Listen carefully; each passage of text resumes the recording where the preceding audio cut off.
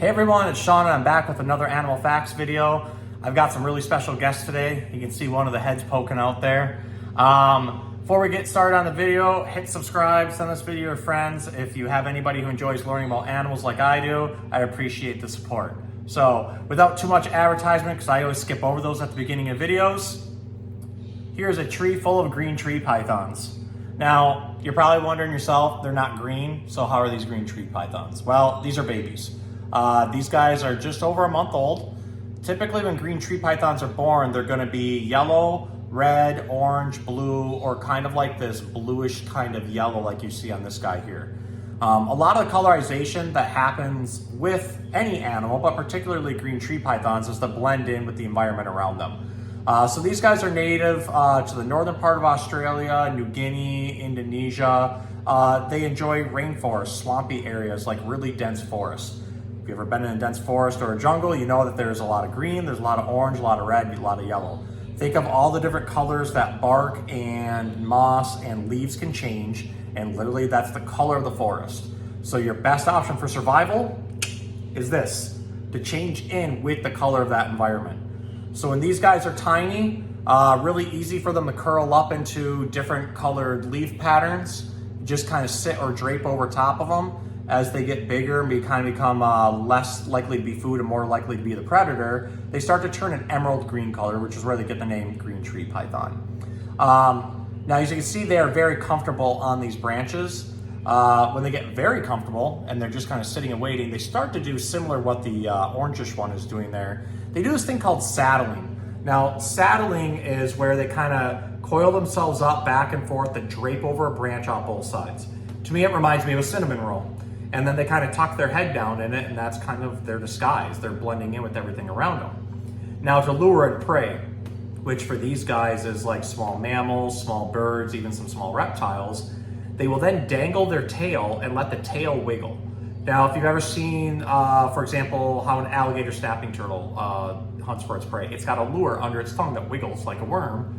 Fish and things come up to it, and then they snap it. Not much different for a green tree python. They're going to wiggle that tail, it's going to lure in different types of prey items, and then when they get close enough, they just go ahead and snap them up, coil them up, and suffocate them essentially the same way any other snake would. Now, these guys have an amazing hunting ability. Just like every other snake, they have a forked tongue. That forked tongue can pick up pheromones off the air. The Jacobson's organ processes that smell into basically sight, so they kind of know what it is they're going for. They also have an amazing array of heat pits across their face. It's hard to see on these guys, but typically those heat pits are literally what they sound like. They're picking up heat signatures. So when you have a mixture of the heat signature with the tongue, these guys are very, very accurate hunters. They have been known to catch birds out of midair. They've even been known to hang out of caves and catch bats out of midair as well. So extremely efficient when it comes to hunting. My favorite thing is their dexterity.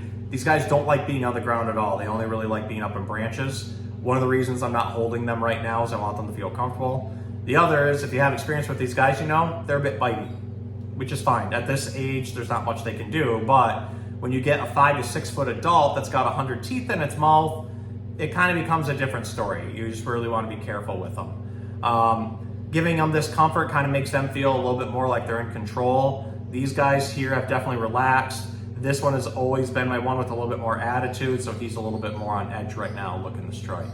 Now, like I said, these guys don't start out green, as you can obviously see, but it takes about 6 to 8 months for them to start to develop that green with kind of like a diamond shaped like white patterns down their back. They're known for their big kind of triangle shaped head. There's this mythos that snakes that have diamond shaped heads are always venomous, and obviously that's not true. And in order to know what a venomous snake is, you have to know what area you're in, and say you're going to a part of the country or another country you've never been to, you should do a little research first on which animals are there to know which ones are actually going to be toxic to you. Because there are a couple species of poisonous snakes. If you eat them, you'll get sick.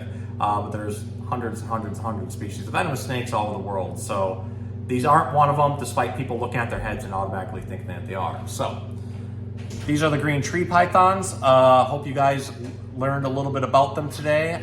Very, very interesting snake. I'm hoping to have them more often around in the store.